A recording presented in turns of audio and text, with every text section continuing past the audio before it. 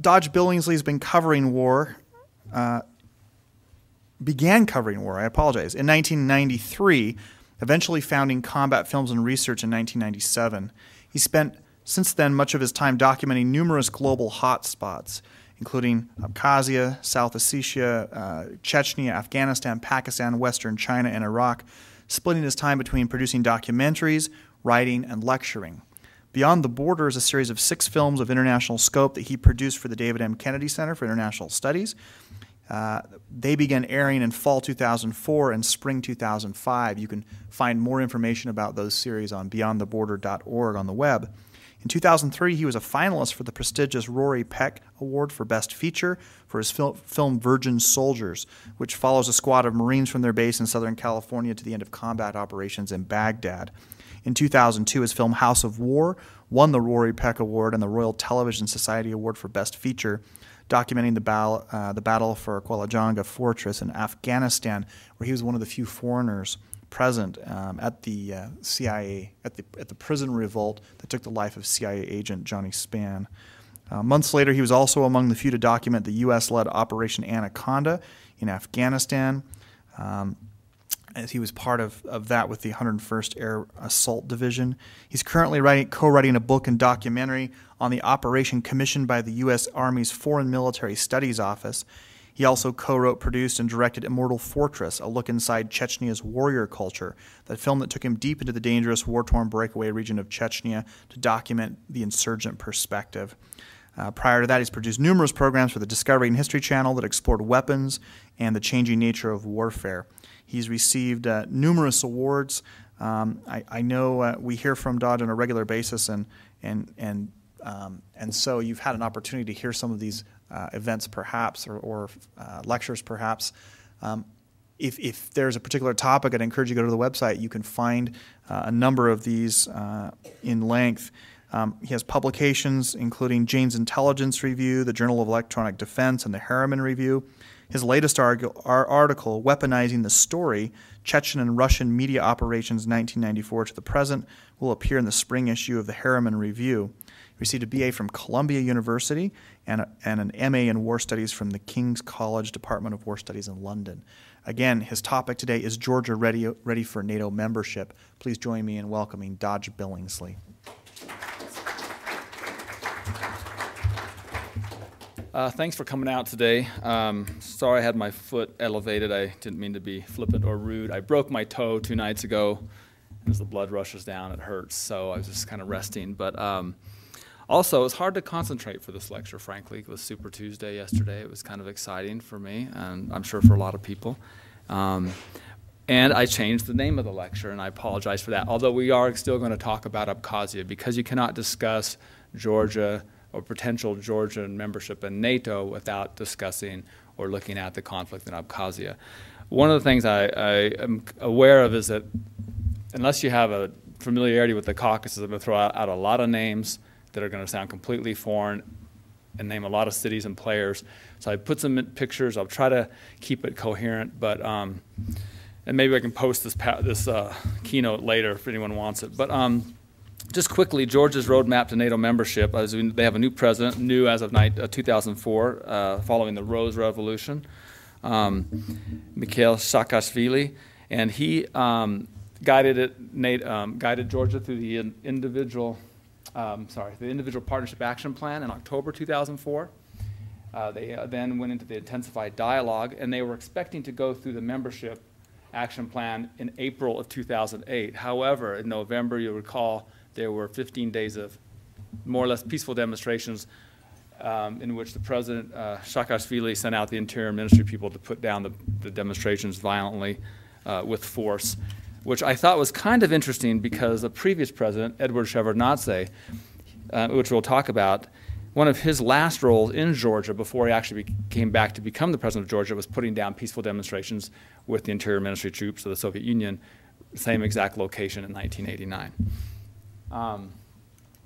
But also, at the time, right now, Georgia is also unofficially participating in many NATO-led or NATO coalition-friendly operations. They have 2,000 servicemen operating, combat servicemen operating in Iraq.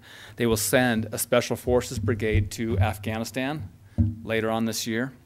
And they have given overt use of their airspace to all our war against terror operations in Afghanistan, Central Asia, the Middle East, or wherever it may be.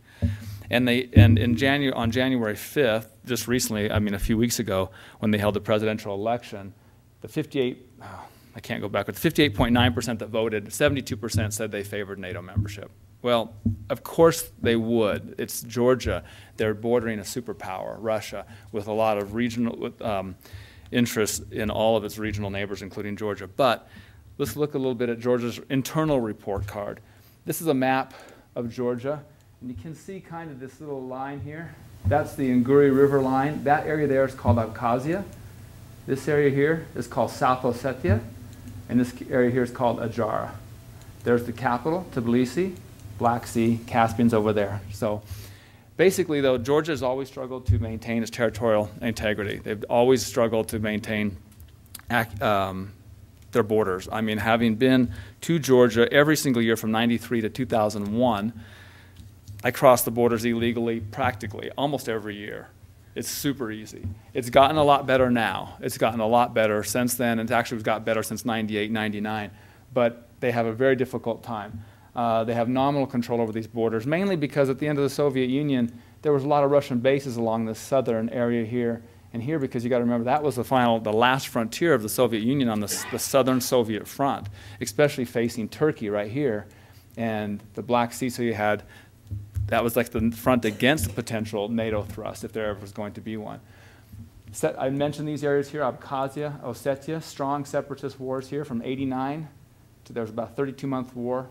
And the Ossetians did break free and declared independence in 89, fought a war with the Georgians, and in 1992 a formal ceasefire was recognized. Not a formal independence, but a formal ceasefire was agreed to. Abkhazia, and we're going to go into this later, they declared independence as well. Their war started in 1992, and in 1993 it was over. They declared independence. These two areas are completely out of control, out of government control. The Georgian government has no control over these regions whatsoever. They have their own independent governments. This area here, Adjara, we'll talk about that a little later. I just wanted you to see where it is. Batumi on the Black Sea coast and that border with Turkey.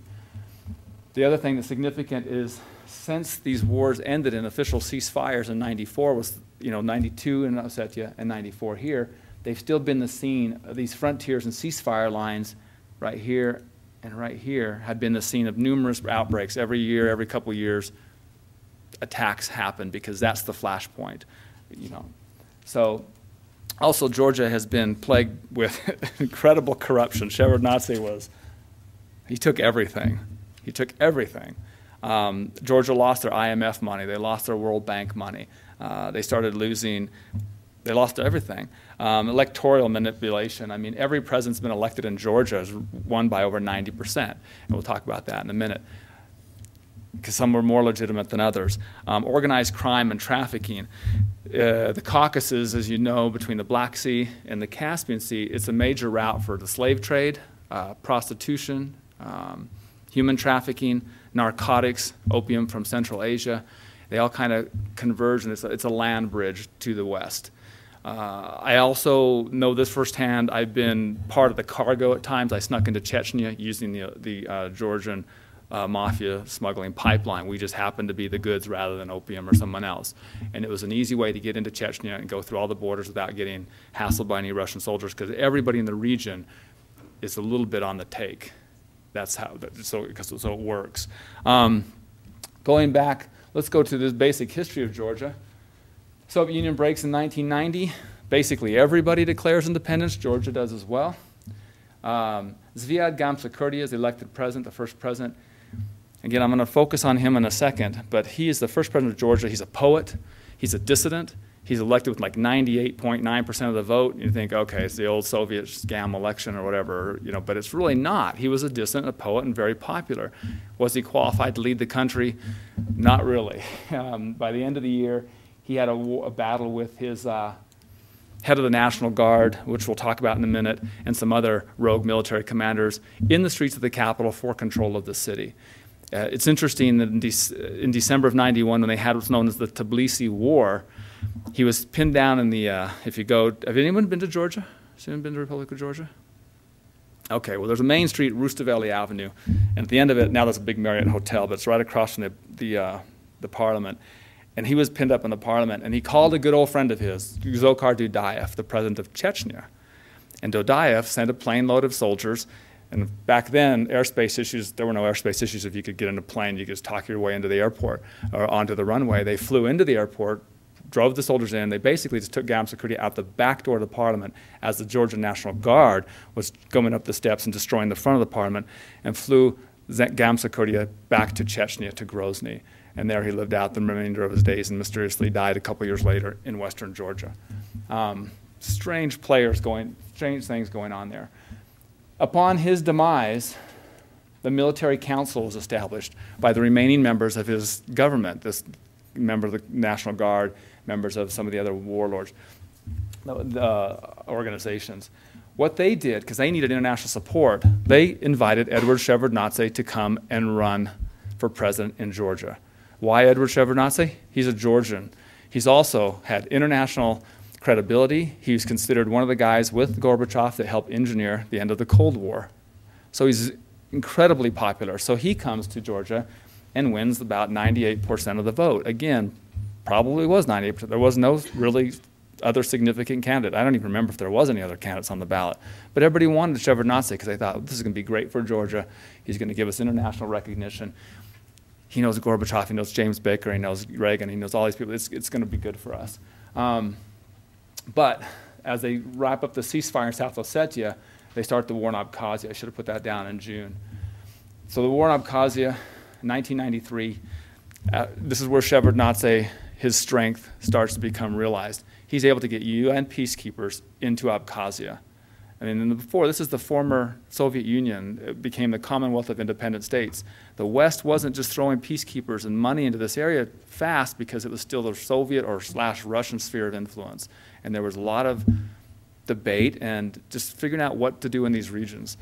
But he was able to get UN peacekeepers, even thinking that would help the situation. Unfortunately, Abkhaz did win in Abkhazia, driving out about 200,000 Georgian refugees. And then Georgia was promised some things by the Yeltsin government. They joined the Commonwealth of Independent States in '93, thinking that they would maybe help them regain Abkhazia. 1994, the formal ceasefires finally realized for Abkhazia. The CIS peacekeepers arrive, and this is a thorn in Georgia's side. They already feel that Russia was instrumental in orchestrating the Abkhaz victory in that western territory. Now Russia says, we're sending peacekeepers down. They're going to be CIS peacekeepers, but really in default, they've always been Russian peacekeepers. There was one Armenian battalion in the beginning, but Armenia is the closest ally to Russia in the Caucasus. So all the Georgians hate these Russian peacekeepers that secure or patrol these demilitarized zones. So every so often, some Georgians will try to move back into Abkhazia. Things happen, and the Abkhaz will push them out. I was there in 1998 when they had major battles all around the Gali sector, the flashpoint, that little demilitarized zone, with the United Nations monitors and Russian peacekeepers tandemly helpless to really do anything. Well, the Russians could have done something, but they didn't. 2001, there's renewed hostilities. 2004, of course, Shevardnadze is ousted in the Rose Revolution by Mikhail Saakashvili, the current president. They also regained control over Ajara. And again, I realize I'm throwing out lots of crazy just names and locations, so it's kind of hard. But this is one of the most interesting countries I've ever been to. It's kind of like theatrical chaos. It's really interesting.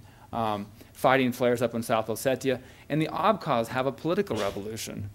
They changed their president in Abkhazia, and they come out with a new statement that says, yeah, we want to be independent from Georgia, but we also want to be independent from Russia, because Georgia's party line has always been that Abkhazia is just a satellite of Russia, and that it's just de facto Russia. Well, the Abkhaz are like, no, we assert our independence both ways.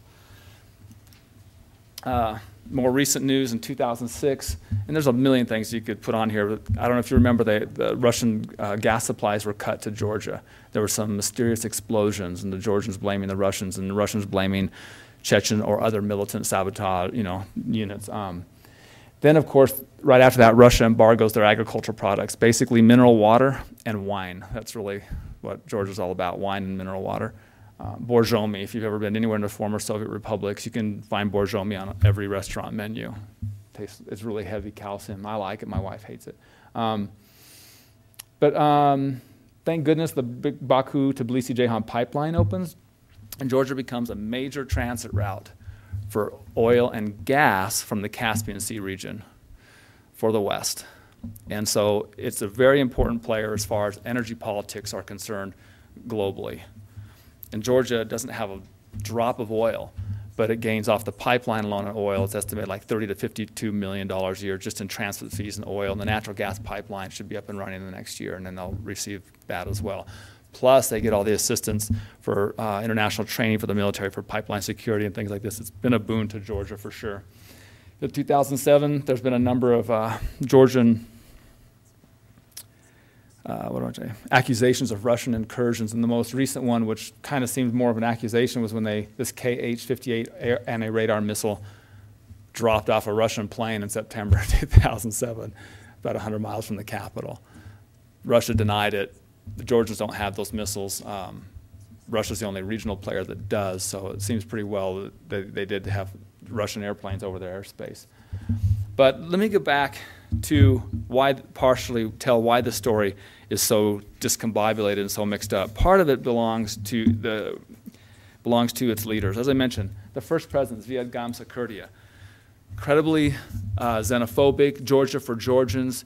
He openly denounced all his minorities, which are many in Georgia: Armenians, Azeris, Abkhaz, Ajarians, Ossetians, Greeks.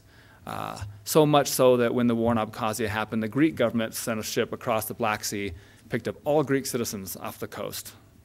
Just said, come with us now, this place isn't going to work for you. And all the Greek citizens were evacuated en masse by the Greek government and then given land holdings in Greece. And the Greeks didn't have to deal with that anymore. It doesn't last long because he gets in fights with members of his National Guard. Eduard Shevardnadze comes in. Again, he is seen as an engineer of the end of the Cold War, but he's incredibly corrupt. If you go just up to Tbilisi, above Rustaveli Avenue, up on the hill, there's a series of mansions, and he just kept building them with World Bank money. And it's him and his cousins and his nephew. It's all his family, and everybody knew it. The poverty is rampant in Georgia, but like all the true oligarchs, I guess, in the former Soviet republics, certain groups got really, really rich off international aid. Thank goodness, I don't know if it's thank goodness, we'll see, time will tell, from the new president. He's able to get all the IMF loans reinstated, able to get the World Bank on track and European Commission financial assistance again. He's also able to get the Millennium Challenge accounts. So the U.S. committed $295 million over a 5-year process to help build and stabilize, revamp Georgian infrastructure, military, things like that. There's also the Georgia Train and Equip mission that used to be run by the Special Forces, but after 9/11, they were too busy, and so now the Marine Corps runs it. That's more or less full-time. And Georgia now has about 28,000 men in arms, which seems pretty small, just over one division, infantry-sized division in the United States, but the whole entire country only has 5 million people in it, of which 500,000 to 600,000 live in the separatist areas, don't even consider themselves Georgian. They also he's also able to gain more control over taxation and customs revenue. Do you remember the map I showed you in the beginning, where we showed Abkhazia, South Ossetia, and Ajara? Ajara, they never went to war in Ajara, but it was run by a little despot named Aslan Abashidze. That's the area where I used to always cross. I'd fly to Trabzon, Turkey, take a taxi to the border, and just walk across the border, pay the Russian guards $5 and keep walking. And you go and you can meet, and Aslan was great, a small town kind of mafioso guy, but he ran that country. Never let Georgian troops ever in there. He controlled the oil terminal. We're all based in Batumi. The dry dock was based in Batumi. All revenue went through him. None of that revenue was seen by the central government from 1990 to 2004. None of that money. And he took it all for himself, and he sold a lot of the oil back on the black market. And the guy it was a boon for Ajari, and the people there actually lived pretty well. But Tbilisi, the government that needed all that revenue, needed the taxation, didn't have it. In 2004, for some reason, he walked away and now lives in a suburb of Moscow. The U.S. ambassador actually negotiated because the Georgians wanted to try him, in imprisonment, but they couldn't. Probably the most important factor to Georgian instability are the sub-state actors, excluding the separatists in Abkhazia and South Ossetia. Tengiz Kitovani, head of the National Guard, is Zviad Gamsa-Kurdia, and he was a sculptor. Yeah, he was a sculptor.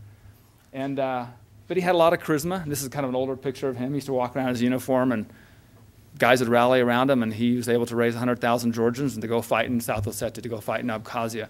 Very loose, confederative sort of military units, not very well trained. And in the end, it led to the demise of Georgian forces in these separatist regions. Dzaba Iosiliani, this guy's great. He led a group called the Mekhedrioni, or the Horsemen. And basically, as soon as 1989, 1990 happened, this sort of private militia / mafia group raided Russian bases, took a bunch of tanks, and started terrorizing the local Armenian and Azeri population south of the capital. And then Aslan Abashidze, he's the president of Ajar, the one I talked about in the southwest corner that controlled the oil terminal and the dry dock, who basically took the money. He happened to have the benefit of there being a Russian tank division based just outside his town, because again, that was the last bastion before Turkey. That was the last Soviet. That was the front line Soviet defense against Turkey in the West. And so it had a really nice arrangement where he paid the Russians, and the Russians, they never even had to protect him. Georgia was never able, from the government center, to mount any sort of real military challenge to Aslan Abashidze. But the threat was always there that if you mess with me, yeah, my Russian friends right here will just drive tanks right up to Tbilisi. And so from 1990 to 2004, he controlled most of Georgia's economic capability in this area with the Russians. Since the Abkhaz conflict, there's been lots of other sub-state groups come to power, and most of these groups, like Zurab Samishia, the White Legion, these are people, Georgians, who lived in Abkhazia, and when they were driven out as part of the 200,000 refugees, they became IDPs, internally displaced people. Georgia has about 400,000 IDPs, the refugees normally, but they don't cross the international border, so we don't call them refugees, they're called IDPs. It's easy to get recruits from IDP groups. You have a lot of youth that are living in really bad conditions, refugee camps within their own country. They want to go back to the separatist region. He recruits them, and they conduct terrorist activities against Russian peacekeepers. Over 110 Russian peacekeepers have been killed by IEDs, sniping, RPGs, things like that from groups like this. And Dato Shangelia, which is really a recluse. I've only spoken to him on the phone. Never seen a picture of him. You can't even find one. I haven't been able to find one even on the internet. He runs a group called the Forest Brothers. And I don't even know why they're called the Forest Brothers, but these groups operate right here. They live in this area here, which is called Mingrelia, on the border, and they just do these raids into Abkhazia. For some reason, all of Georgian independence, membership in NATO, relations with the rest of the world hinge on Abkhazia, and I don't exactly know why, but there's this sort of, and I think it's misfounded perception that, oh, we can easily solve South Ossetia, we got to get Abkhazia back. They haven't been able to solve South Ossetia yet, but for whatever reason, Abkhazia is the main. And there's reasons for that. This is a much larger chunk of territory, and it displaced 200,000 Georgians. So the war in Abkhazia, the key cities, Russian, I think, is characterized by 5 things. Key cities, Russian complicity, international volunteers, broken ceasefire, and an eventual Abkhaz victory. This map I got in Abkhazia when I was there. This is the Inguri River. The Georgian attack plan was pretty simple. They were going to drive their tanks, armored assault, right up to this place called Ochamchira, continue driving all the way to Sukhumi. At the same time, they were going to launch some boats, come out here, and land in Gagra, right there, seal off the border with Russia, and then they were going to move south from Gagra and north from Sukhumi and pinch the Abkhaz group right there in a pincer movement and crush, destroy, or whatever, just to wipe them out. Now, when I say amphibious landing with boats, I mean fishing boats and things like that. Georgia didn't have a navy, so they just, it was kind of interesting. They would take these big rocket launchers and weld them onto the decks of fishing boats and stuff and head on out. And, they got to Ochamchira and they got to Sukhumi. As they got to the entrance of, it's interesting because the Abkhaz said they thought there was a movie being made in Ochamchira. They couldn't understand why these tanks were rolling around the main square. And then they would start shooting and stuff like that. And then the Georgians planted a Georgian flag and said, "You're Georgia again." And they realized there wasn't a movie. In Sukhumi, they get to the outskirts of town, and by now the Abkhaz, they know that something's up. So they stopped the tanks at a place called the Red Bridge. They bottleneck them and hit them with RPGs, and the Georgians are just a bunch of volunteers. This isn't a really organized army. It's the National Guard under the direction of a sculptor named Kitovani. And Iosolani, who's before only had to deal with unarmed Azeris and Armenians. Now he's facing Abkhaz with modern weapons just like they had. Now when I say weapons, there's all kinds of Russian bases all over this place. The Russian army was so morally bankrupt that it was a free